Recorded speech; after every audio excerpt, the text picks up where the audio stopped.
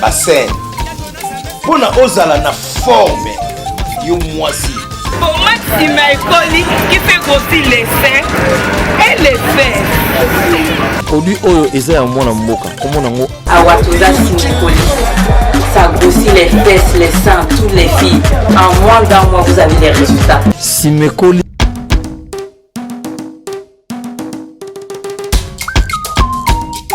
Osanga libele, osanga hanche, t'as pas de fesses, t'as pas de hanche. Il y a caché à la Touza, retrouver solution bonheur nayo. Il y a vraiment des vrais résultats avec mes produits. Je vous salue tous. Numéro d'Ali 07 51 11 09 75. Awatoza Simekoli. This is Nathalie Makoma et suivez toujours www.congopromotv5.com avec Raph Ngindo, The Big Boss. Surtout na Raph Ngindo. Wazana mupanzi wana vraiment ya États-Unis mboka ba exaucé mboka ba gladi. Raph Ngindo mutu akangi États-Unis numéro 1 to kene na bango na système ba militaire 001 quoi nyase banda awa internet awa Facebook awa Google awa donc Raph Ngindo le présentateur la force créative Congo Promo Boroto ça na force militaire na Congo Promo Congo rande le ba wata mais pas na sikoyo ba tout bangini. Allez voir Congo Promo TV5.com. Raph Ngindo, Congo Promo Nde. Donc au nom de Jésus-Christ, nous bénissons le Congo Promo. Amen. Merci à Congo Promo TV pour tout au nom de Jésus. Avec Raph Ngindo, Congo Promo ne tombera jamais. Piccolo Congo Promo Nde. Congo Promo TV5.com. Sans oublier son excellence Raph Ngindo. Ouais, balobi Raph Ngindo. Congo Promo toujours, grande puissance. Comment? Raph Ngindo, Congo Promo. Congo Promo qui t'orcos net na film. Congo Promo babundana nango. Babundana nango. Ce qui est toujours na Boston on a Raph. Congo Promo. Monde entier international. Congo Promo numéro 1 Mesdames, messieurs, chers amis internautes, bienvenue dans votre émission Quoi de neuf, émission au cours de laquelle on reçoit pour vous des invités avec qui nous parlons des tours et des riens pratiquement et dans le cadre de l'actualité. Tozali toujours na République démocratique du Congo na capitale Kinshasa et pas y wapite kokutana na moko ya bana moka asali bongo secrétaire national na parti CDR parti cher à l'honorable Jean-Lucien Boussa et lui à Boudjala actuellement ministre d'État et ministre ya plan to solo lanaye parce que azali la bouche autorisée à excellence to solo lanaye à émettre pas opinion naye par rapport à actualité na tout de suite là na annonce na biso tout solonné pendant une bonne demi-heure, tout zapper opinion naïe, tout zapper, tout mettre un petit peu de réfléchir ensemble, tout cogiter par rapport aux questions de l'heure. Et sans que na ça la tour des parlottes, je m'en vais directement lui dire Mbotendeko, placé de Kanta. Mbotendeko Mato Pedjo, papa na Johanna. Vraiment, merci beaucoup, monsieur Placide. Tozana encore une fois pour la deuxième fois dans l'émission Nabiso Quoi de neuf. Les lots Nengolandais tout de suite là, on a toujours le annonce Nabiso. Actualité, les a dominé na disparition. Il y a le président Etienne Tshisekedi, président il y a UDPS, un grand monsieur, un grand personnage. Il y a histoire politique, il y a Mbo Kanabiso. Autororaï quand même qu'on zappé yango, c'est raison pour laquelle Tozo Lobela yango, les autres peut-être Kotananayo. Manko il y a parti CDR on a tout le bas tout de suite la partie il y a honorable Jean-Lucien Boussa, vous savez qui est signataire na accord il y a 18 octobre. Yo moi personnellement et puis est parti parce que aux autres incarné parti aux la bouche autorisée à monsieur Jean-Lucien Boussa mais yo moro personnellement aux autres ou appréhender qui nouvelle wana ou maki yango ndenge. Merci pour l'opportunité pesi nga lisusu na temps pour na ko sur na bana poto au bazo bana monde entier au bozola ndangai musali na bino mwana na bino na temps oyo en tout cas sango ya liwa ya Kondo papa Tshisekedi affectueusement ya Chichi et ça la biso tout passi parce que mutu te ya ko sepela na liwa mutu mutu ko sepela na liwa mutu na mokili azate liwa na ça la biso passi parce que ndenge toyebi bien que poids de l'âge aussi 84 ans et ça mukiete ça vraiment ébélé pour na biso bato surtout expérience de vie et pas na biso ba africain oyebi kaka kolia malonga te ba molongo trop de Thomson donc santé malonga alte mais vieux ti ba 84 ans gloire à Dieu nenga kufi Baby qui le vieux, il était bio, habillé, Bablo avait fait toucher pas. Encore touché en hôtel, bon, yo ebiga quand même, 84 ans quand même. A komisaki ya ngotobi, nzamba komisama, na nenga beni mo azumoli monae, ape manakimia, parce que biso to sambelara. Hein, ma Bible zoloba, na circonstance, une photo comme ça nzambe. Donc toro lela, mais to eba que vieux abunda ki asali par nae, biso peut to tikali biso ba jeune, to ape na par na biso. Par na biso eza que to eba ko défendre ba droit na biso, ba intérêt na biso et puis développement, instauration effective ya état de droit na bonne gouvernance parce que mboka peut comme état de droit il faut to bomana ba corruption dans na bonne gouvernance. Alors ezaki parmi ba combat oyo azalaki nango, je crois que lui wana eza perte pour na mboka. Et puis ba génération koya ba oyebaka eto autant que ça bana na biso. Merci beaucoup, monsieur. C'est quand on a moi introductionné tout bandi, mais au-delà il y a un clivage nabiso. Nous avons un nabiso. Au-delà il y a un clivage, au-delà il y a une divergence d'opinion nabiso. Tout ça quand même na, tout est quand même sens si on a sacralité, il y a perte, il y a âme, il y a moto. Mais au lieu tout le monde quand même tout le bas consolidé. C'est au monde appelé naba média, naba site mususu, naba média nabiso sur place. Espèce moi il y a récupération comme ça la moto. Toi l'inga s'est positionné par rapport à l'Iwa. Au moins ils ont fait perdre un peu moins sens non parce que tout aligné s'est positionné le bateau bazar na tout le monde parle en son nom et puis tout le monde veut faire parler de lui mais par rapport à cet événement là. Non, mais ça pas si peu mawa. Il y a vraiment pas si parce que bateau belé na otolo bango peut-être ozonga na ba question mususu na loba ki quelque part na ma discussion motoza na lobby vie chichi adae atiki héritage plus au sein ya opinion au sein ya population. Peuple né na niveau mentalité éveille salema mais na niveau parti politique na héritage ezate. Comment le héritage ezate alors que là ni Félix Azawana au four et au moulin est sur le devant de la scène. Yé combo père na salon au salon te. Niveau combo vie chicha salon Félix au salon te. Ora au vieux wana dae vie chicha salon Félix Azana te. Félix alinga profiter na moi temps mukie ndenge via zaino na vie. Pour misala mais et si mina ngate puisque mutu na mutu na moto nae ezate parce que na fils vieux né na ozana même ora que vieux akita mobiliser ta 100 000 personnes autant to ndima a osala honte. Mais comment au la capacité de mobilisation alors que ba mona kaye puis na date différentes date ya ki ba mona ki épée sur le devant de la scène ba santa ki épée to sepeli tenenge via kufi mais to otala bango siko li soeza né après vieux chichi IDP sozane tout non les autres tout dans sérieuse. Ne mutu na ngoya ngona ba répondre parce que après le maréchal impère lelo ezali moi ndenge ezaleli parce que lelo après le président Tshisekedi ils ont entrevoir suite il y a eu des personnes ndenge non après maréchal lelo ezate idéologie ya moboutisme etikali na ngo moi batu ba moboutiste baza mais malheureusement na ndenge ya boye que maréchal a préparé dauphin a préparé dauphin te on se reprend a préparé dauphin te bana poto ba comprendre que nous tous en direct nous sommes en direct to beta kaka moi mon carré fait on a parking y a non problème te ça veut dire maréchal la dae on ba to batikali ba maman zonza mbombo ba vie vundwa we banani bangbanda banani batikali bazo incarner idéologie wana lelo mais a préparer mutu te pour que après ye a pérenniser eloko wana ba individualité zanango ndenge mona niveau ya UDPS. Mais UDPS tout le monde qui du vivant il y a Chichi quand même Félix Azala qui on a au four au moulin. Il y a Chichi qui comment qui replié mais Félix Azala qui on a sur le devant de la scène comment il au boyang. Non, ça veut dire bazo bimisaye kaka fils à papat. Ba bimisie ba tiel bosso fils à papa bon Azala wana Azala qui secrétaire national en charge à affaires étrangères et puis ba comité CG adjoint. C'est ça que via banai neko bundanga po asa lembi na okende moi mikola suka na bimisa mwana mais mwana pe capacité penza pe boye ya ndenge via zalai nango na bo jeunesse na e asa nango te. Je n'ai rien contre Félix, je n'ai rien contre lui parce que il lobby bien que vous n'avez rien contre Félix mais moi précision on est fait ça parce qu'il y a une certaine opinion peu on dirait ça moi acharnement moi comme il y a bino bandeko bozara na accord il y a 18 octobre on dirait bo garde moi une certaine dent par rapport il y a bandeko msoso bazara qui dit banda bandeko il y a Saint-Sylvestre biso to garder les bango dans l'andeni bango ba bana dialogue avant biso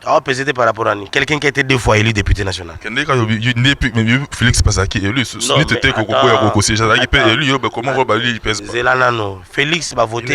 Félix va voter dans la circonstance. Va voter kaka. Dans la circonstance ni tout le bat. Va voter qui? Boussa en 2006 ça qui élu député. 2011 a été député. Attaque photo bien ce matin. Il est parti battre campagne à son nom. Il est passé. Lobby peut sur 2018 qui a eu élection en Taliban pas BTP. Mais on a des ambitions. On vise plus haut.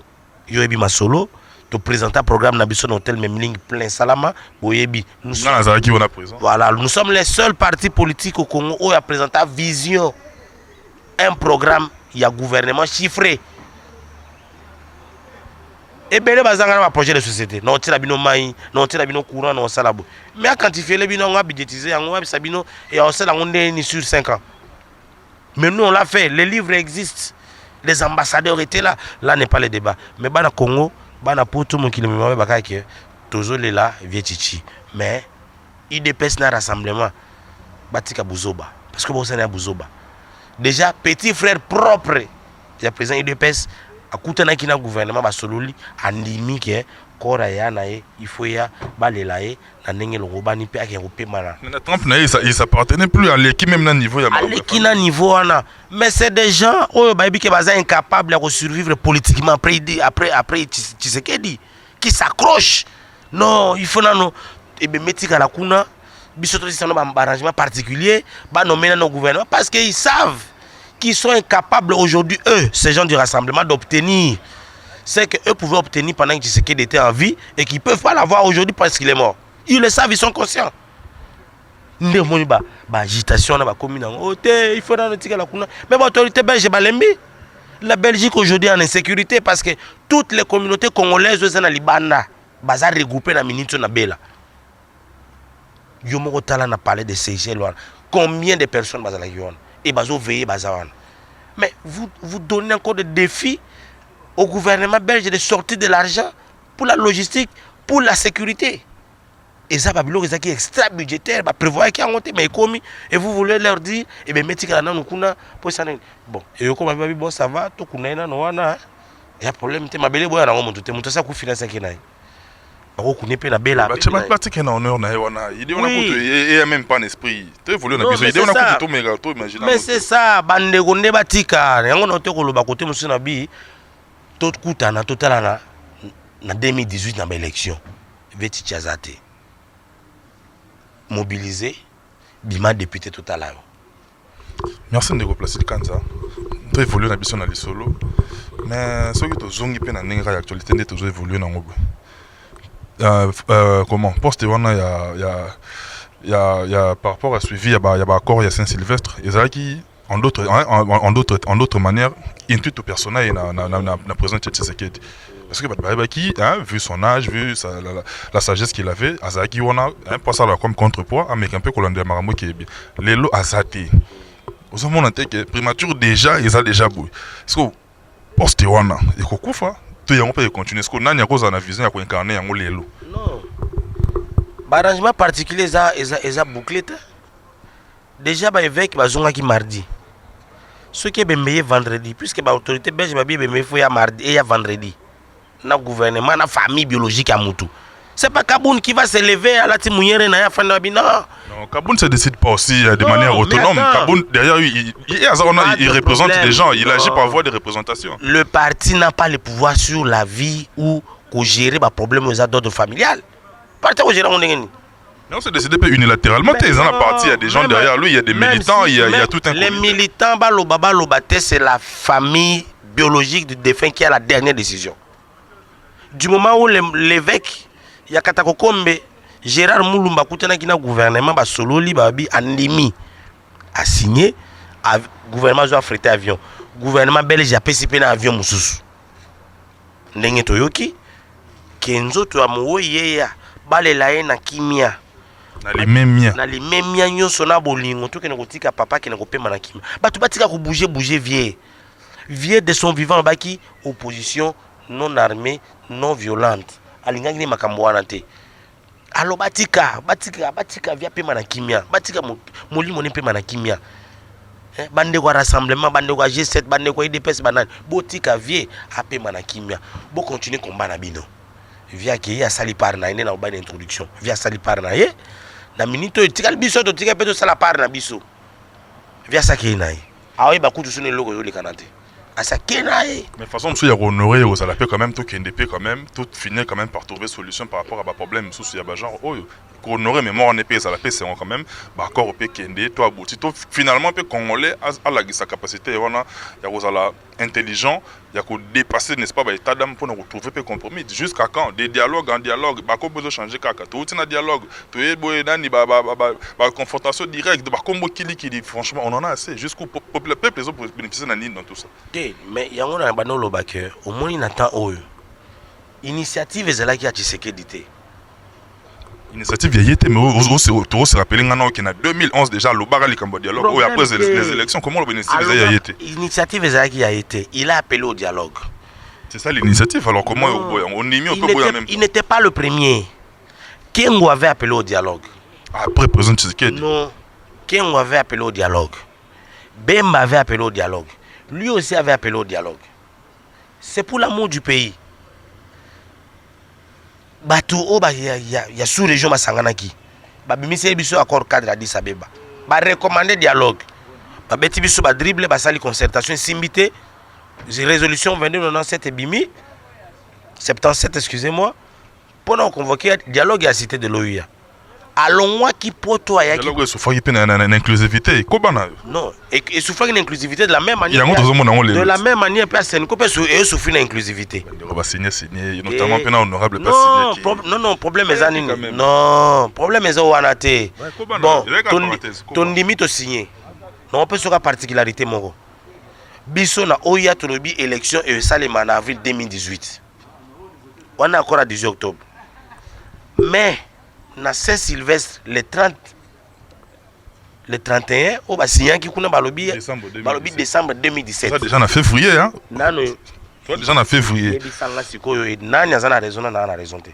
sur la population quoi sur la population te bangonde ba ça peuple vérité ça peuple vérité bazana besoin d'ango parce que 2 mois déjà Koufi Bisobo 2 mois Koufi rassemblement ba bisa peuple rassemblement et bisa peuple vérité na bana poto bola nanga rassemblement ba district bino bazalaki na Kabila olongwera na 3 mois comme opposant ya on a télé évidemment ma maréchal Mobutu abimo na mboko oyo soyera muntu aluba longole na fonction a comme opposant bala moko non on faire allusion à banane mais Katumbi par exemple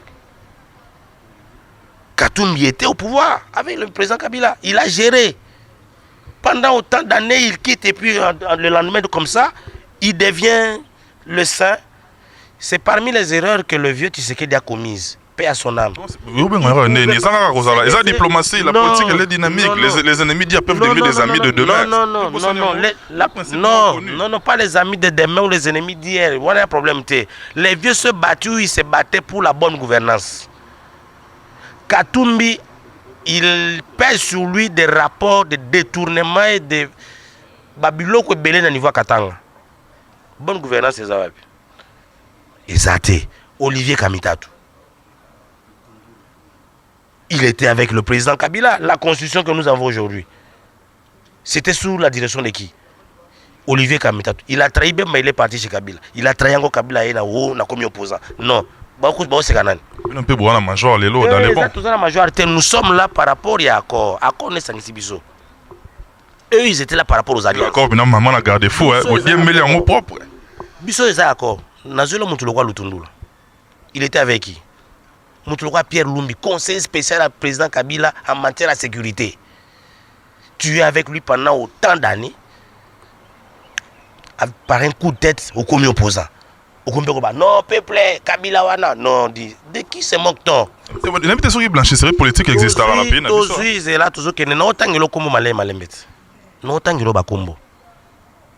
Aussi François Mwamba, Azaï coordonnateur mécanisme de suivi. Il est là, Robert Yabiso, il sera M23, il était là, qu'est-ce qu'il a fait? Qu'est-ce qu'il devait faire? À part qu'observer. Il fallait ça là. Moi je crois, Namini Toyo, Baza est tellement ébélé. Oso na bina ba no tanga émission sous et aussi la kana ndenge ba otanga. Alors bato wana ba ko distraire peuple té. Biso na akora oya to lobaki élection avril 2018. Topesi yango on a séquencé. Juillet 2017 consolidation et fichier électoral. Octobre 2017, appel à la candidature. À l'intervalle, vous avez les contentieux, les autres, les commandes, Babilo Rebélé Bélé. Avril 2018, fin COP. Kabila remise et reprise, un nouveau président. N'a pas été président parti, n'a pas été président. Mais quoi ça, les manangopé. Président parti, ne va pas le pèse pas. Continuez. Bazana kilote na utu ebisa. Oba matisa ki ba monika o PZT. Ce ko PZT, abuto bloqué ba on kala mingité. Ok, bon, on va payer. Moi, ça t'en a dit. Il y a moi, c'est là prématuré. Tu sais, la dernière minute, tu vas jouer dribble. Ce n'est pas. Mon ministère d'État, on est bombier, et ça, il est bien. Le côté, Azui dribble était. N'a pas eu ce que n'a moutou à Yebi. Rationnellement, il anticipe les choses. Et Belé, on a eu ce que non, politiquement, Baza perdu. Ben, ce que va kanga manalio avier. Oui, Bembe ya te, avec Bembe, il faut qu'on ait un arrangement particulier vidé. Te. Et Bembe Roya, bah, au Kunavie. Nasima Bola, qui s'habille sur le robinet Boyo Sala. Pour via qui n'a monté là. Nani, dans tout l'année récemment, monsieur Nani Kinke Moulumba, Abi Maramutu, on est Salamaki, par rapport au PA, il y a pour, il y a président Tshisekedi Ndenge, autre truc à Bisso, il n'y a pas longtemps.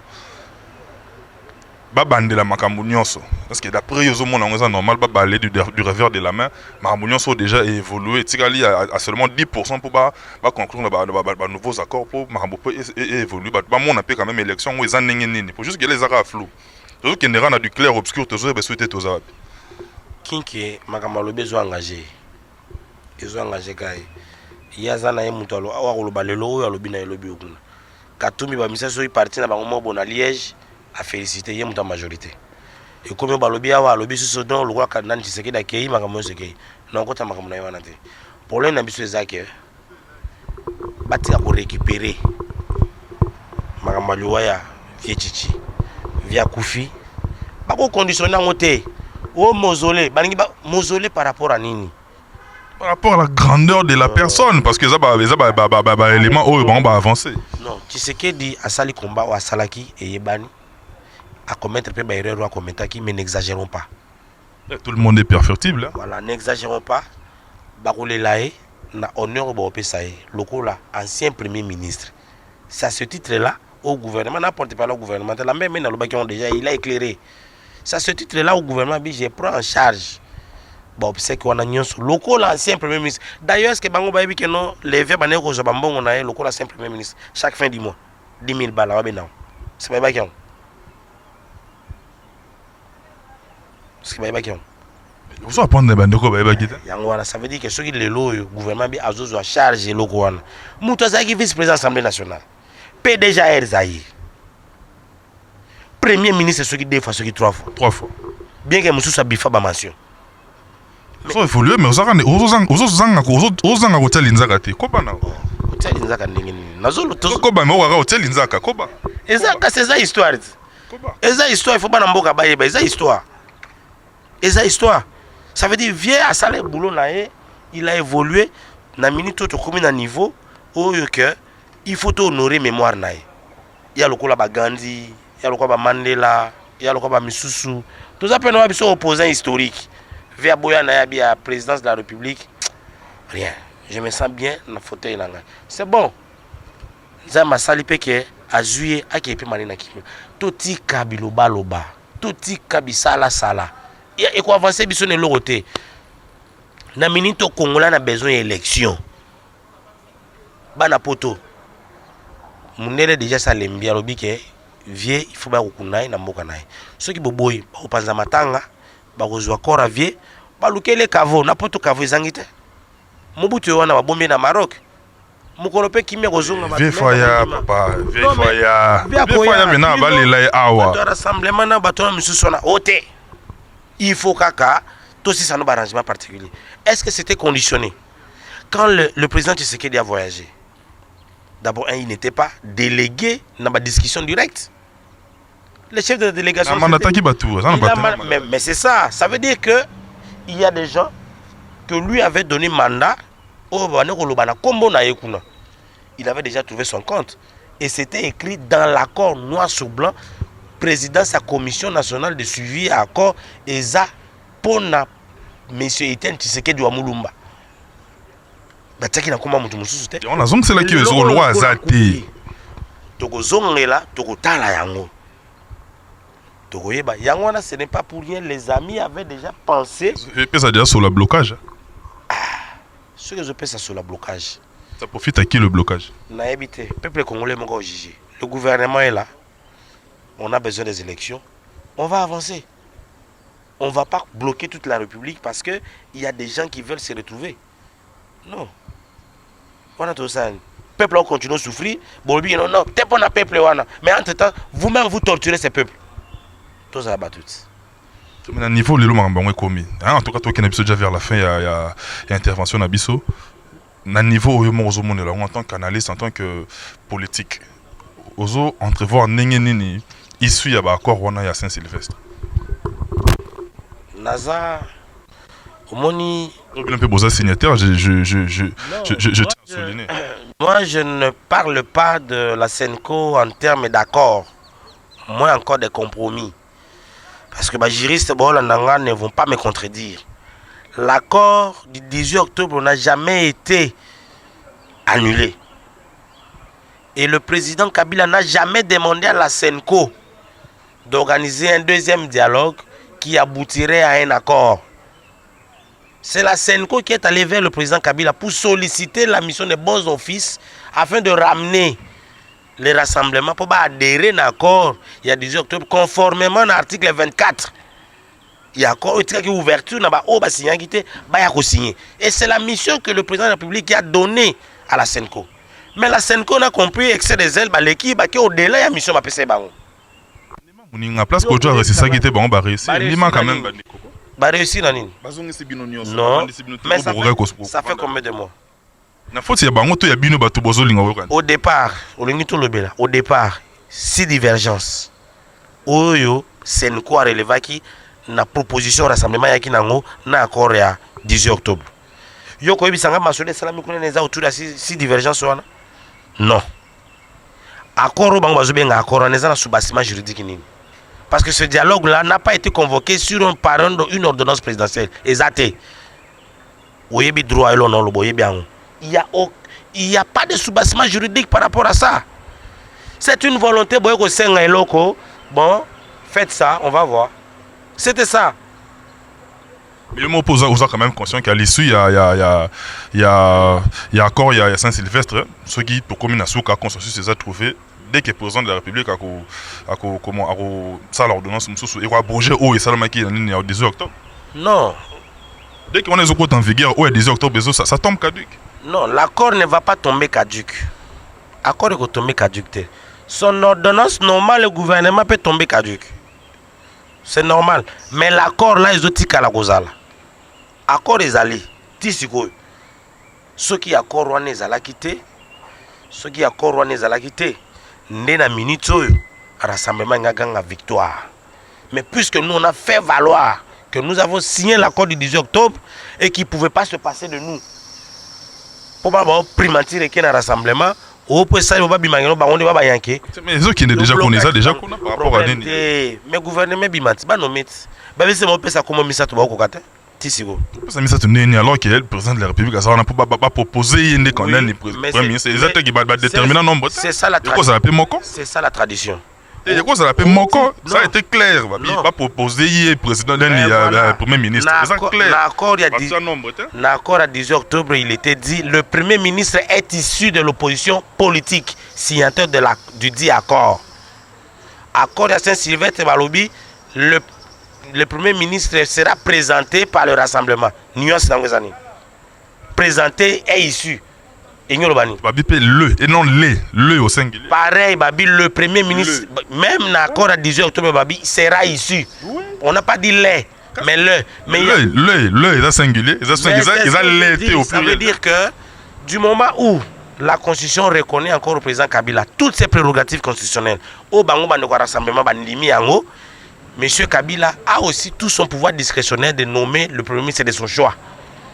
Donc vous n'allez pas lui imposer un premier ministre Oyo à retravailler. On a des tournures pour créer un blocage, mais ça profite à personne. Ils ont des tournures parce que ils ont clairement le présenter le premier ministre et non les premiers ministres. Ils ont français, mais c'est ça, c'est vous qui compliquez les choses. Ils ont clair le et non les. On a dans la tradition, pour ceux-là qui le savent, dans la tradition de composition du gouvernement, ils ont un système, il y a liste, il y a toujours comme Misatu. Ou mi-balé, ou plus même. Et on voit, on étudie. Le chef est libre de prendre qui il veut. Mais pourquoi on n'a pas précisé obligé de préciser. C'est ça ce qui s'est fait dans la tradition. Les us et coutumes peuvent être placés au droit et là où les droits est muet, on fait intervenir les us et coutumes, les équité et tout ça. Au PC conclusion.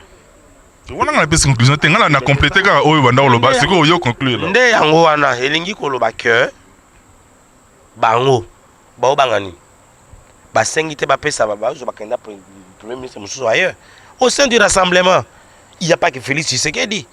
Fayilou est là, Kiakwama est là, Matungulu est là, Katebeka tout se réclame aussi. Il y a déjà bazoboya, continuez nos cas. Boboya yé mutapesa bino mbongo. Il y a déjà bazoboya déjà. Yé mutapesa bango mbongo, siko boboya era okangela bino robinet bosana. Merci de replacer le Kanza avec à tout moment par rapport à l'évolution de l'actualité. On reviendra encore une fois chez vous par par courtoisie, par sympathie, mais un dernier mot par rapport à l'émission d'aujourd'hui et puis un mot d'espoir pour conclure cette émission. Bana Congo, bana poto, bana monde entier que liwe anzela batu nyonso. Vieux Tshisekedi, paix à son âme. Asala ki musala oyo sengela ki ya sala e monana ki na miso batu endimami lokola moto azala ki pena ba erreur na ye to bosana to limbisa ye mabe na ye wana to sambela nzambe ke mulimo ne pe mana kimia mais on azo senga kana bino bande ko rassemblement otika récupération politique e bemba papa ya bana Congo balela ye na kimia to kunda ye pe na kimia nesika ya malamu et puis to continuer Kosolola parce que toi on a besoin 2017 to kena élection ndenge bino mo bosengaki bokomi pe yango na ba accord il y a 31 décembre 2017. Merci de replacer le Kanza. Mesdames, messieurs, c'en est fini avec votre émission Quad 9. Bisoto Komi Nasuka.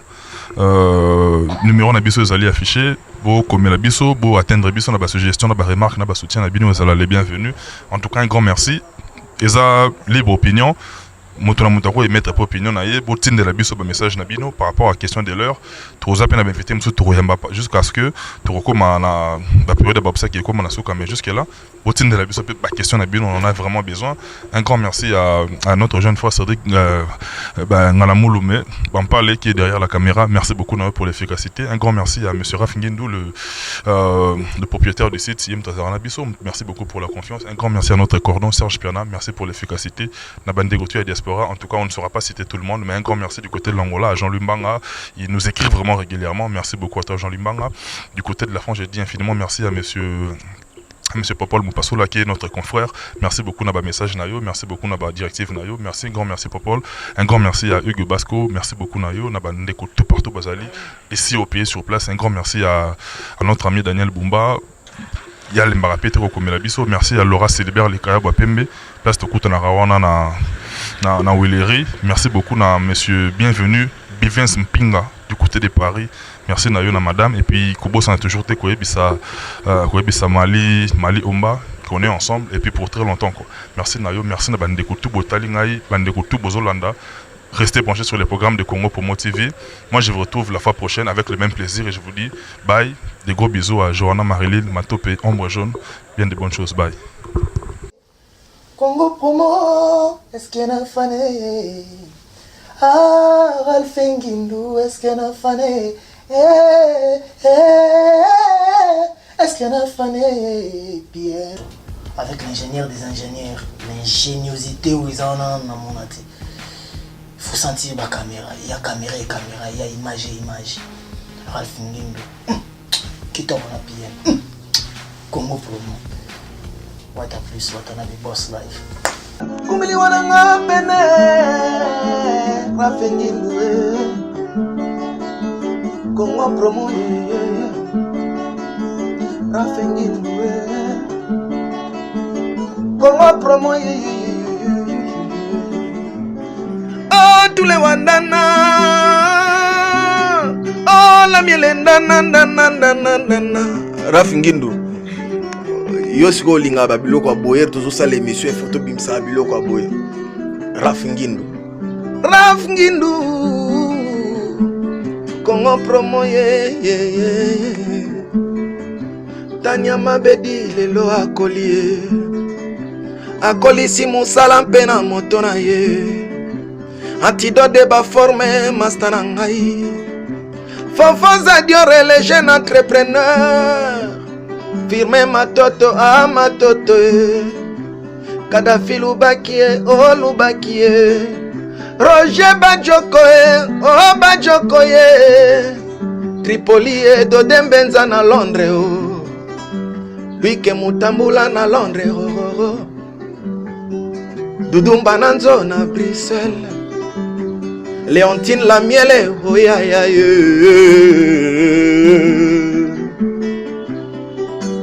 Dadi Mavungwa Vita Kalujie Officier Bang Pati Bilombo Pat Clean Karel Bilombo Fashion Nouvelle collection Fashion Karel Bilombo Kota Vanga Nseleo Oh tous les wandana Oh la miele nanana Mwana nwa kurolelo tanya Linga yo na motema nanga Présent d'homme na lilantidoto linginga na kota fulu Fofoza Diore linginga na bela lipoma Souviens-toi pres lungungu amura bomwana Sasa klete kabea Kumili wananga pene Tamona lilaka popisungu na suite Michel Mvula Naina linga yo na motema nanga Présent d'homme na lilantidoto linginga na kota fulu Fofonza Diore linginga na bela lipoma Souviens-toi pres lungungu amura bomwana Sasa klete kabea Kumbili wananga pene Romi over style Tamona lilaka popisungu na Suisse Michel Mbula